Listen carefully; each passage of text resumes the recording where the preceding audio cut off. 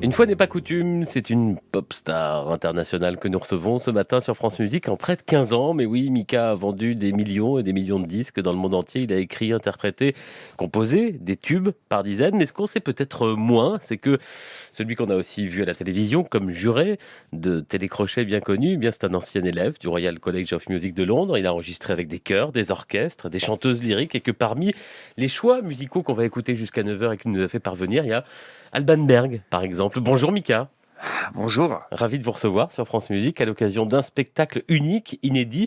Il est diffusé ce soir sur France 5 à 20h55 et dont France Musique est partenaire.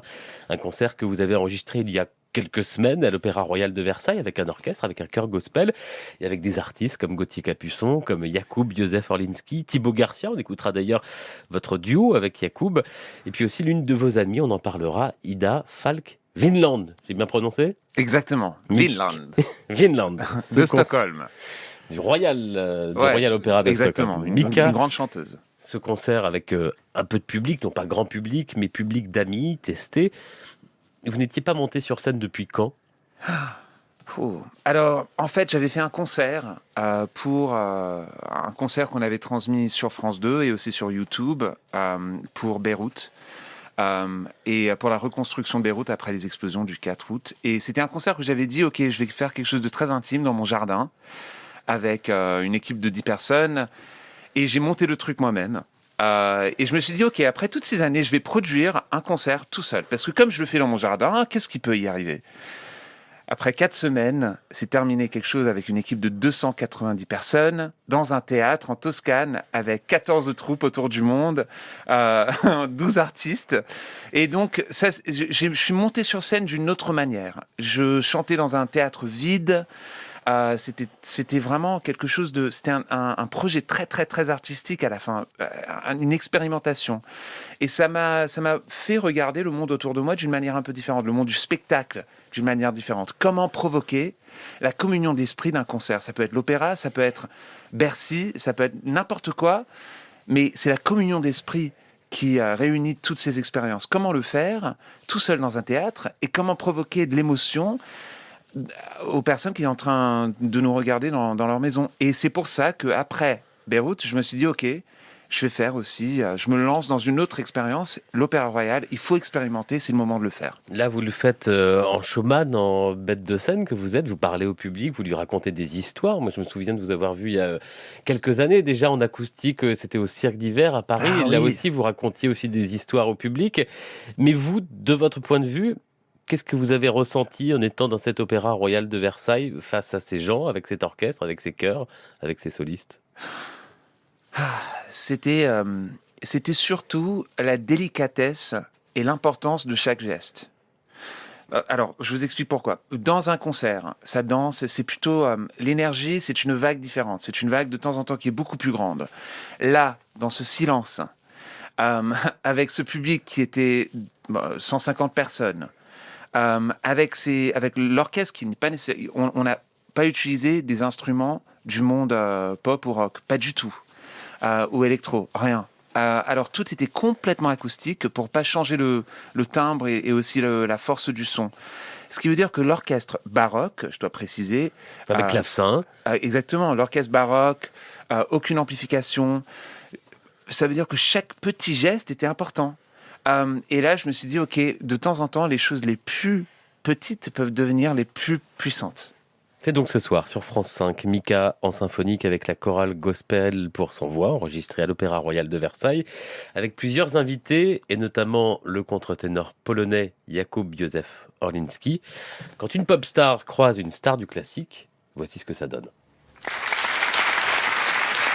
Cadeau ce matin sur France Musique, Over My Shoulder, c'est une chanson cachée sur le premier album de Exactement. Mika, il y a déjà pas loin de 15 ans, ici en duo avec Jakub József Orlinski à l'Opéra Royal de Versailles avec cet orchestre dirigé par Stéphane Plevniak. On vient de vérifier d'ailleurs en direct avec Jakub, vous lui avez envoyé un SMS pour savoir comment on prononçait le nom de ce chef qu'il connaît bien, Ouais. c'est Et Stéphane Plevniak. je peux vous dire qu'il a validé ma prononciation Parfait. Plevniak. C'est donc ce soir sur France 5 à 20h55. Donc ça veut dire que vous le connaissez, Jakub, Józef Orliński? Non, je l'ai découvert et maintenant je réalise grâce à vous. Parce Ah que bon? j'étais en studio à... Bon, j'aime bien... J'écoute beaucoup de musique classique, j'aime bien les voix des contre-ténors. En fait, cette chanson, Over My Shoulder, elle est née après une séance chorale. Et je cache pas que, même si j'adore la musique classique, j'aimais pas trop chanter dans les chorales. Chaque année, on devait faire Handel, on devait faire le même répertoire, au moins là où je chantais. Mais si, c'était à l'école, en fait. J'étais à Westminster et on chantait à Westminster Abbey. Et on devait, la responsabilité, ils nous laissaient faire ce qu'on voulait, mais on devait chanter dans la chorale. Donc je chantais dans la chorale et après une séance à 19h un soir, il y avait un ami à moi qui était contre-ténor. Et je dis, écoute, j'ai écrit une petite mélodie, est-ce que tu me l'harmonises, s'il te plaît, viens avec moi. Et on s'est installé à l'école, dans la salle de répétition de Westminster Abbey. Et j'ai terminé cette chanson-là qu'on vient d'entendre. Et c'est pour ça que je voulais la chanter avec Jakub, parce qu'en fait, elle est née comme un duo avec un Mais elle a contre-ténor. quelque chose d'ailleurs de duo à la Purcell ou à la Handel, cette chanson, même dans son origine, enfin, avec ces deux voix qui se mêlent à quelque chose de très baroque. Peut-être. Je pense que ce que j'adore dans les voix des contre-ténors et dans le répertoire surtout des contre-ténors, c'est la manière que le répertoire peut évoluer et changer à chaque fois. La variation, l'ornamentation, comme on dit en anglais. C'est qu'une chanson n'est jamais la même. Une performance de Jakub, plus tard, ou de Andreas Scholl, de Jarouski, peut changer d'un soir à l'autre. Et ça, c'est fantastique. Mais j'ai découvert Jakub parce qu'il a fait cette audition quand il est arrivé dans ses shorts il y a quelques années. Sur France Musique, c'est de la vidéo sur francemusique.fr à Aix-en-Provence. Exactement, j'étais en studio en Italie, j'ai vu cette petite vidéo, je me dis, mais c'est qui celui-là? Et il a une voix, que je suis sûr va évoluer beaucoup, mais quand même il a une voix qui est il a une présence dans son timbre vocal. C'est un côté un petit peu urgent et j'ai beaucoup aimé tout de suite. Vous aussi, Mika, vous avez une grande étendue vocale. Vous en êtes à combien d'octaves? Ah bah c'est très différent. Non, mais la vérité c'est que la plupart parce que moi je suis pas ténor. Hein. J'ai étudié au Royal College of Music. J'étais baryton. Je suis baryton. Et beaucoup de barytons on a la capacité aussi de chanter avec le falsetto. C'est plutôt quelque chose qui Parce que dans appartient vos au baryton. chansons, vous avez une voix assez aiguë. Ouais, et je vais de très bas jusqu'à très haut. La seule raison c'est parce que je joue le piano pas très bien. Et donc, si j'écris toutes mes chansons au piano, mais comme je joue le piano d'une manière très simple, la tension, le drama, toutes les couleurs, ça devait venir de l'utilisation vocale. Et donc, je chante avec beaucoup plus de différentes parties de ma voix pour exprimer plein de différentes émotions et de plein de couleurs. Donc il y a eu d'abord le piano.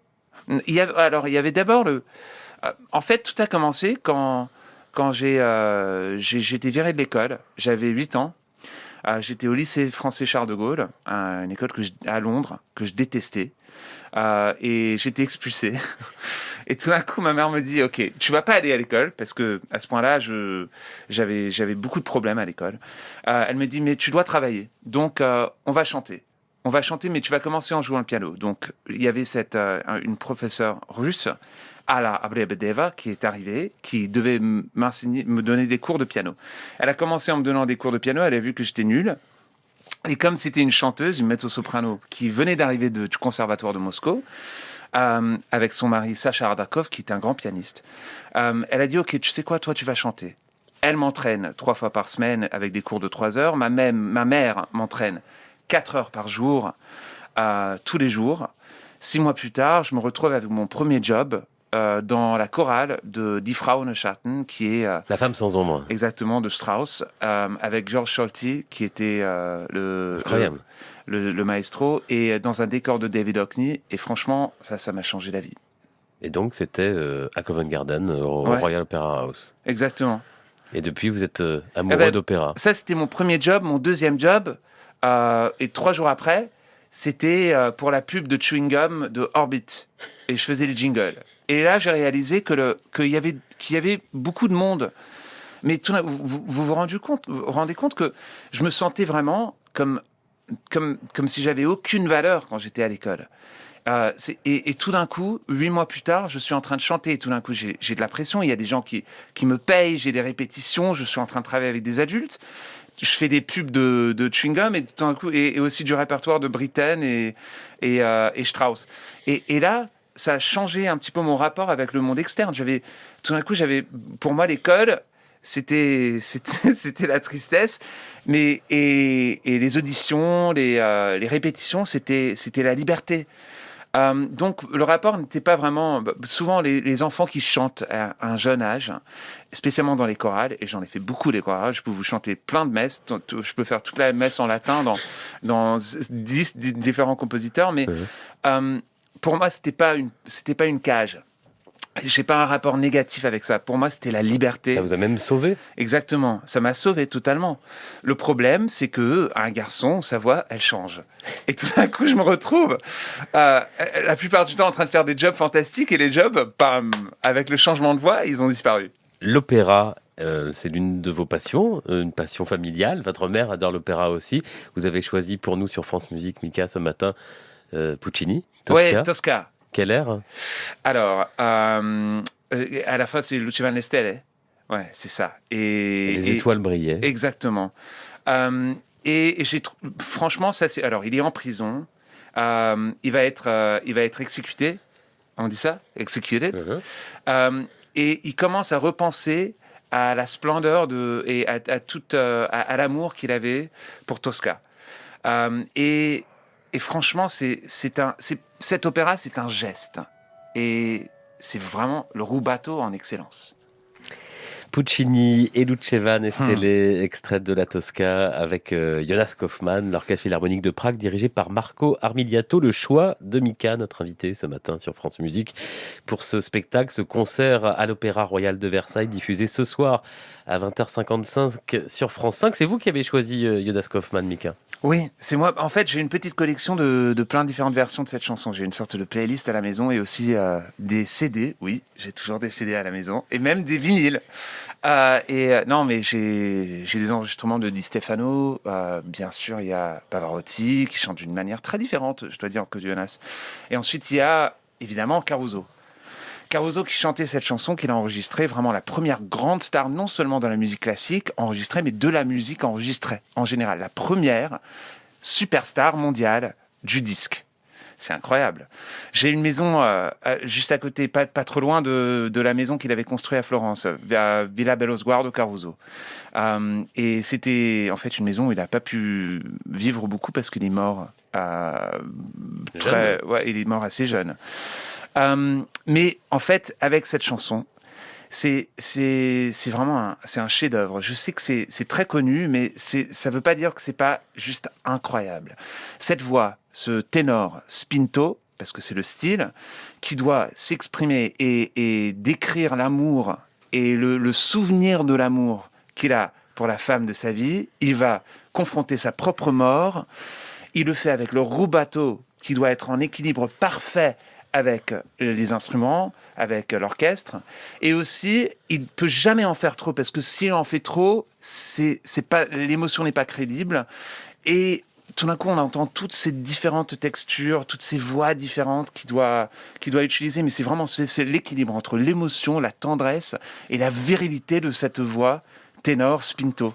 C'est fantastique, quoi. Vous pourriez devenir chroniqueur lyrique sur France Musique ou participer à des tribunes de critiques de disques, Mika? Non, moi je veux pas critiquer des trucs que je peux pas faire. Mais je peux écouter quand même. Une chanson qui monte comme ça, qui monte, ça ressemble beaucoup à vos chansons. Ça ressemble beaucoup à beaucoup de choses. Mais vous avez cette patte c'est le souvent but de chansons qui montent et qui ont des espèces d'explosions finales. C'est ça, parce que la vie, elle est comme ça. La vie, elle est comme ça. Les rencontres sont comme ça. La vie, elle est comme ça. Et je trouve que de prendre son temps un petit peu, de donner la possibilité que quelque chose monte en intensité, c'est plutôt, ça vient de plutôt mon background classique que mon background pop. D'ailleurs, vous le dites au tout début du spectacle, quand vous vous adressez au public, tout a commencé avec la musique classique, avec Schubert, avec Brahms, un peu de Mozart. C'est ce que vous dites dans ce spectacle qui est diffusé ce soir à l'Opéra Royal de Versailles. Spectacle d'ailleurs très millimétré, un peu à l'ancienne, à l'américaine, et avec ses duos. Pourquoi? Comment est né ce projet? Pourquoi l'Opéra Royal de Versailles? Alors, l'Opéra Royal de Versailles est une salle vraiment, d'un point de vue juste technique, vraiment spécial. C'est entièrement en bois, c'est entièrement en trompe-l'œil, c'est une salle qui est très, très, très protégée. et ils ont raison de la protéger.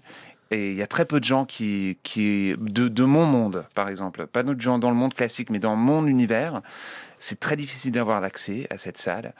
Et donc, je me suis dit, dans ce temps, aujourd'hui, où il y avait cette opportunité, car c'est les 250 ans de l'Opéra de Versailles, de l'Opéra Royal de Versailles, et je me suis dit, je veux pas juste faire un concert que j'ai déjà fait. Il faut être inspiré par le lieu. C'est notre responsabilité d'artiste d'être provoqué par les endroits où on chante, de ne pas être automatique. Et souvent, je vous avoue que dans les festivals, on arrive avec la troupe, on fait 5 concerts et même dans le monde classique, hein, en général, c'est dur de changer chaque fois. Mais dans cette période difficile, il y a aussi ce côté où on peut s'adapter exceptionnellement pour un concert éphémère qui est juste un truc spécial. Donc c'est ça ce que je voulais faire. On a mis l'orchestre baroque, bon, pas complètement baroque, mais avec une touche baroque, dans un sorte de demi-cercle devant moi. On a mis aussi en fait, ce que je voulais, c'était un récital avec des éléments qui rentraient et qui sortaient. Et vraiment, c'est moi et un pianiste, comme ce que je faisais au conservatoire. Et je chante comme si c'était un récital de musique classique, mais ensuite, il y a toutes ces autres choses qui rentrent, qui sortent. Et c'est Des artistes, des artistes. des duos, Gauthier Capuçon au violoncelle, Thibaut Garcia à la guitare. Ces duos, comment ont-ils été constitués? Sur WhatsApp. Tout sur WhatsApp. Tout se fait avec des petits messages. Bonjour Gauthier, c'est Mika. Ouais. Est-ce que tu viendrais Est-ce que t'es à l'Opéra partant? Royal de Versailles? Oui. Est-ce que et D'ailleurs, il n'y a ensuite pas que des chansons de Mika dans non. ce spectacle. Non, il y a aussi, j'ai chanté une chanson de Harry Nilsson, qui est un auteur-compositeur-interprète des années 60-70. C'était l'artiste préféré de John Lennon et Paul McCartney. C'est quelqu'un aussi qui aimait beaucoup le mélange des univers musicaux. Donc, et lui aussi, il avait beaucoup d'influences classiques. C'est un grand héros pour moi. C'est vraiment un grand héros pour moi qui n'est pas assez reconnu. Et autodestructif aussi, ce qui est très intéressant. Mais si vous connaissez pas Harry Nilsson, ça vaut la peine. Parce que la plupart des gens lui connaissent pour des chansons que lui, il n'avait pas écrites. La chanson de Midnight Cowboy, une chanson de Fred Neil, Everybody's Talking, ou Without You, qui est une grosse chanson, évidemment chantée par Mariah Carey, mais lui, il a une meilleure chanson qui s'appelle Without Her, qui est un duo entre Harry Nilsson qui chante et un violoncelle. Et c'est pour ça que je me suis dit que c'était parfait de chanter cette chanson. À découvrir ce soir sur France 5 en duo, Mika et Gauthier Capuçon. Votre choix musical ce matin, après Puccini, Richard Strauss, Ouais. Morgan, ça tombe bien à cette heure-ci, et René Fleming. Un grand tube de Richard Strauss, chanté par une grande chanteuse. C'est vraiment la diva.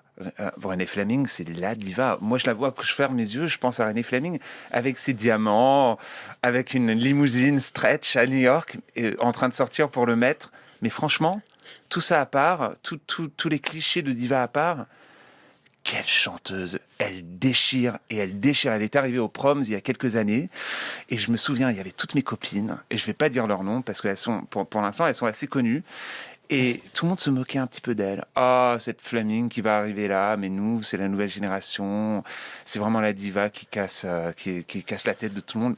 Elle est arrivée sur la scène, et bam! Elle a montré ce que c'est le métier. C'est beau. La voix de René Fleming et son timbre crémeux, Morgan, Richard Strauss avec l'English Chamber Orchestra dirigé par Jeffrey Tate. Le choix ce matin de Mika, notre invité, il est ce soir à l'Opéra Royal de Versailles pour ce concert symphonique sur France 5 à 20h55. C'est beau, et puis vous vouliez dire quelque chose sur cet air, Je trouve que Mika. que c'est vraiment une chanson qui est très adaptée pour le moment. C'est une chanson qui parle de demain. Et Morgan, c'est pas le C'est matin. demain et le matin, c'est peut-être les deux. Mais c'est Là, vraiment, ici, c'est demain. Ouais. C'est vraiment demain, en fait, dans ce contexte-là. C'est demain, le soleil brillera. Et on sera réunis. Et c'était écrit, en fait, quand Strauss, il avait 30 ans. Et c'était en 1894. Et il a épousé sa femme, Pauline. Et en fait, le poème, donc c'était aussi dédié à elle, mais le poème est écrit par un Écossais allemand.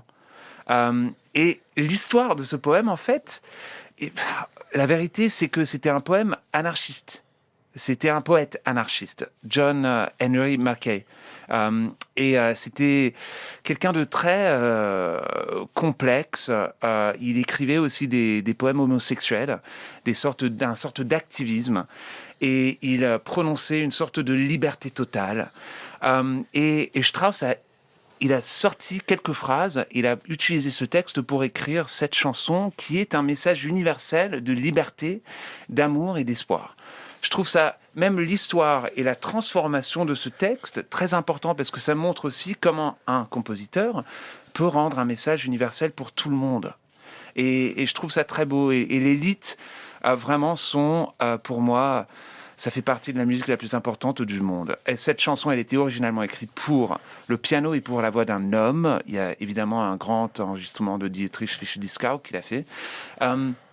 Mais là, franchement, avec René Fleming, avec le violon qui commence et elle qui reprend la mélodie, c'est juste magique. Ce matin, sur France Musique, je pense qu'il y a beaucoup de gens qui vous découvrent et qui découvrent un autre aspect de Mika. Et notamment, il y a votre musique, ces chansons souvent pop, sautillantes, acidulées. Et là, vous choisissez des musiques très douces, apaisantes, parfois tristes. C'est aussi une part de l'artiste que vous êtes. Ah, bien sûr, de la personne que je suis. De la personne, parce qu'il n'y a pas de séparation entre les deux. Et là, quand on rentre dans ce répertoire-là, ça fait partie de ma personne. C'est pas juste des trucs que j'écoute, ça fait partie de moi. Et j'ai eu beaucoup de chance, en fait, parce que mon rapport avec la musique et ce côté... Dans ce que j'écris, et c'est vraiment différent, c'est d'une manière beaucoup plus pop, je le sais, mais... J'étais entraîné, j'avais la chance à l'école d'avoir un prof à l'école qui était un prof d'allemand. Et sur le côté aussi, il faisait des adaptations. Il s'appelle Richard Stokes. Et c'est un grand spécialiste du German leader, d'élite. Et il m'a donné des coachings. Il m'a fait comprendre comment ce contraste entre la joie, la tristesse, entre comment décrire, comment les mots et la mélodie peuvent danser ensemble pour compléter l'émotion et pour présenter quelque chose de beaucoup plus complexe. Et ça m'a vraiment conditionné, même dans ma propre écriture. Ce mélange, on pense que c'est joyeux, mais en fait c'est triste. On pense que c'est triste, mais c'est extrêmement chargé sexuellement et c'est extrêmement joyeux et optimiste. Et parfois, les chansons paraissent très joyeuses et quand on se penche sur les textes, ils sont beaucoup plus sombres. C'est ça. Mika ici avec l'Orchestre Symphonique de Montréal, c'était il y a quelques années. Grace Kelly, l'un de vos grands tubes. Que Rossini vous a soufflé, Mika? Ah ouais, c'est ça. Il y a un peu de Barbier de Séville ici. Ouais, exactement. C'est ça. Il y en a d'autres, des influences non, comme je ça. Ne vais pas vous dire. On va chercher. Il y en a quelques-unes, bien sûr. Mais c'est partout, je ne suis pas le seul. Non, mais on parle d'influence. Vous dites d'ailleurs dans le spectacle, ça infuse, c'est comme ça qu'on se forme. Le Royal College de musique à Londres, qu'est-ce qui vous a apporté? Quelles sont les plus grosses choses que ça vous a donné? Le rejet du ensuite snobisme. Ah bon? Ah ouais. C'est-à-dire? Parce que je me suis retrouvé dans un contexte où il y avait beaucoup de talent. Et quand même, souvent, il y avait ce gros problème qui existe dans la musique, et non seulement dans la musique classique, mais aussi dans la musique rock et pop et tout ça. Moi, je me retrouvais avec deux vies, ok? Pendant la journée, j'étais au conservatoire, je faisais de la musique classique. La nuit, j'allais à Camden, j'allais à Soho, et j'étais dans le monde de l'électro et de la rock. Et là-bas, pour Camden et pour Soho, j'étais un peu trop mélodique, trop classique dans un sens, trop bizarre, pas assez agressif, et dans la musique classique, j'étais pas assez classique. Et je me suis dit, mais c'est quoi tout ça? Alors, en fait, mon endroit préféré, il y avait deux endroits. C'était la salle de répétition, ce couloir de répétition où tout le monde avait des petits cubicles, avec des petites salles. Et j'entendais tous les chanteurs, les musiciens et tout ça. Et l'autre endroit, c'était la bibliothèque. Et là, j'écoutais de la musique du matin au soir. Juste cette opportunité de pouvoir découvrir de la musique dans une vraie bibliothèque de musique et pas sur une plateforme comme Spotify ou Deezer, c'était très important. La connexion physique. Un endroit où il y a des disques, mais aussi des livres, où on peut vraiment prendre contact avec la musique et plein de différents répertoires. Et ça m'a montré qu'il ne faut pas être snob.